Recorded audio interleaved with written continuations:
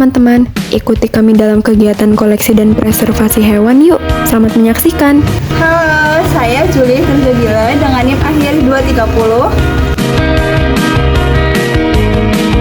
Halo, saya Aisyah Uli Amrina dengan NIM akhir 232. Halo, saya Nafa Yumna Azara dengan NIM akhir 233. Halo, saya Likita Ramasili dengan NIM akhir 234. Halo, saya Sinta Indi Siva dengan NIM akhir 235. Halo, saya Revira Terustari dengan NIM akhir 236. Proses sampling menjadi langkah awal yang mendasar dalam penelitian ilmiah. Dengan teknik pengambilan sampel yang tepat, peneliti dapat mengumpulkan data representatif dari populasi organisme, baik untuk keperluan taksonomi, ekologi, genetika, maupun fisiologi.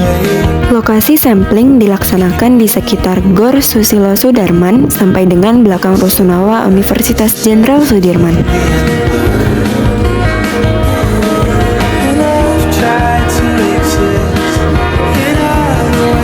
Berikut adalah alat dan bahan yang digunakan dalam kegiatan ini.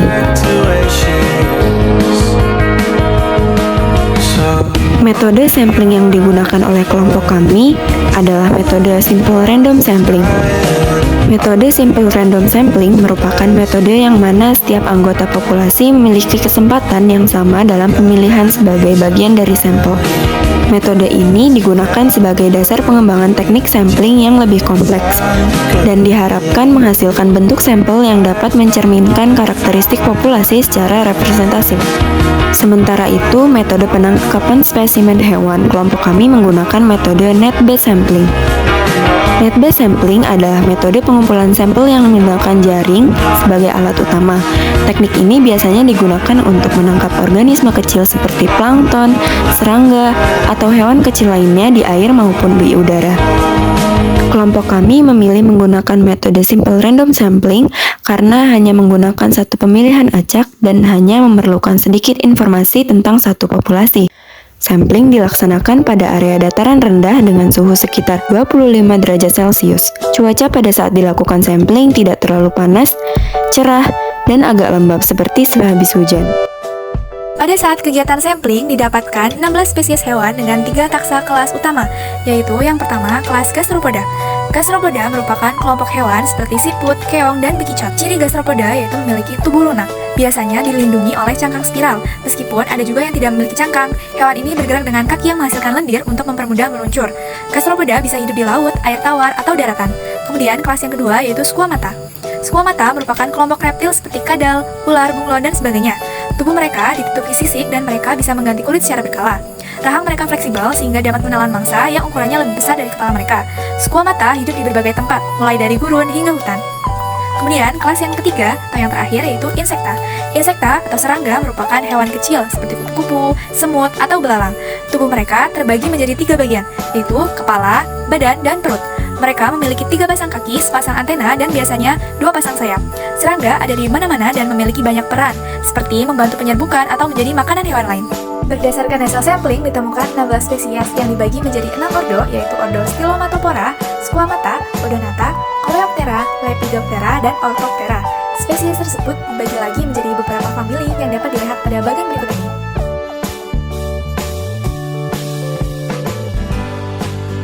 Berikut ini merupakan klasifikasi dari spesies masing-masing hewan yang kami dapatkan pada saat kegiatan sampling, yaitu yang pertama ada bekicot, termasuk ke dalam kingdom Animalia, phylum Mollusca, kelas Gastropoda, ordo Stylomatophora, famili Acatinidae, genus Acatina, dan spesies Acatina fulica.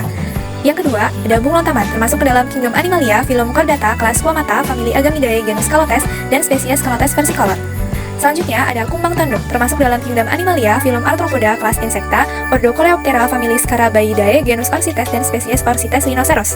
Kemudian ada capung badak yang termasuk dalam kingdom Animalia, phylum Arthropoda, kelas Insecta, ordo Odonata, famili Libellulidae, genus Ortetrum, dan spesies Ortetrum sabina.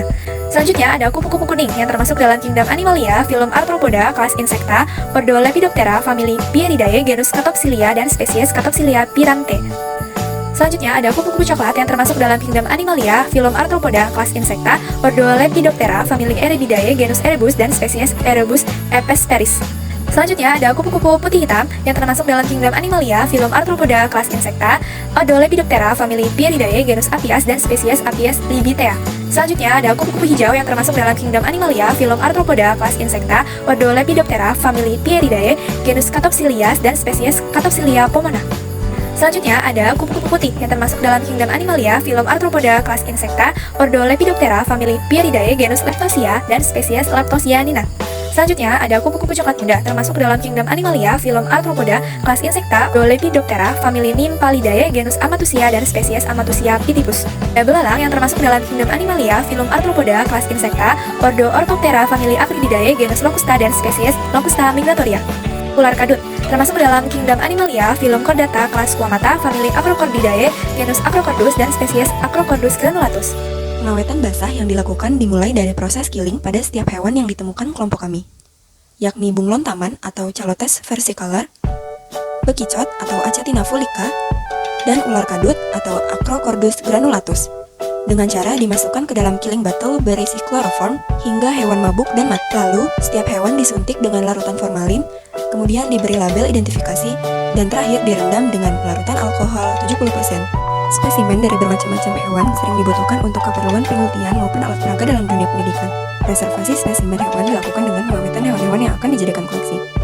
Kelompok kami melakukan pengawetan kering berupa insektarium dan pengawetan basah. Insektarium dimulai dari menyuntikkan setiap insekta yang telah dimatikan dengan cara bagian toraks dipencet saat disimpan di kertas papilot dengan formalin di bagian toraks. Diberi label identifikasi, lalu ditempel pada styrofoam sebagai papan pinning insektarium. Spesies yang kami temukan saat kegiatan sampling memiliki karakteristik dan habitatnya masing-masing. Bekicot memiliki karakteristik cangkang spiral besar dan tubuh lunak berlendir. Habitatnya di lingkungan lembab seperti kebun, hutan, atau area basah. Bekicot ditemukan di dekat kebun lingkungan Guru Susilo Sudarman. Bunglon taman memiliki karakteristik mengubah warna kulit untuk kamuflase, tubuh ramping, dan memiliki jari-jari yang mencekram cabang. Habitatnya di area terbuka seperti taman, ladang, dan semak belukar. Bunglon taman kami temukan di semak-semak dan di kebun sebelah timur Guru Susilo Sudarman. Ular kadut memiliki karakteristik kulit kasar dengan isi kecil, tubuh tebal, dan pergerakan lambat. Habitatnya di perairan tawar seperti sungai, rawa, dan danau. Ular kadut kami temukan di gorong-gorong di lingkungan Guru Susilo Sudarman. Capung badak memiliki karakteristik tubuh memanjang, sayap transparan dengan warna jelas, dan mata besar. Habitatnya di dekat perairan seperti danau atau sungai, dan juga di perkebunan. Capung badak ditemukan di kebun lingkungan Guru Susilo Sudarman. Kumbang tanduk memiliki karakteristik tubuh besar, tanduk pada kepala, dan warna gelap hijau. Habitatnya di tanah, kayu lapuk, dan daerah dengan bahan organik membusuk. Kumbang tanduk ditemukan di sekitar lingkungan Guru Susilo Sudarman. Kupu-kupu yang kami temukan memiliki 6 jenis warna yang berbeda, yaitu kupu-kupu coklat muda, kupu-kupu coklat, kupu-kupu hijau, kupu-kupu kuning, kupu-kupu putih hitam, dan kupu-kupu putih. Karakteristiknya memiliki sayap dengan warna yang menarik dan tubuh ramping. Habitatnya ada di hutan dan area terbuka dekat pepohonan. Kupu-kupu ditemukan di area terbuka dengan pohon tinggi dan semak-semak di lingkungan Guru Susilo Sudarman.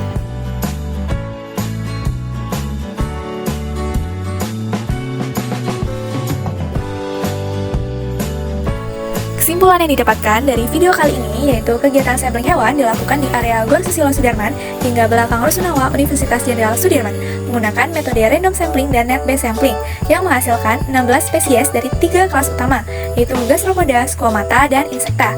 Spesies ditemukan di berbagai habitat seperti kebun, semak, perairan dengan karakteristik unik masing-masing seperti bekicot berlendir di lingkungan lembab, bunglon taman yang dapat berkamuflase, hingga berbagai jenis kupu-kupu dengan warna mencolok. Pengawetan dilakukan menggunakan pengawetan basah dengan alkohol 70% dan formalin untuk hewan seperti ular kadut dan bunglon, serta metode kering berupa insektarium untuk serangga. Teknik ini bertujuan mendukung penelitian dan pendidikan dengan menghasilkan koleksi spesimen yang terjaga kualitasnya. Cukup sekian video dari kelompok kami. Terima kasih telah menyaksikan. Bye-bye.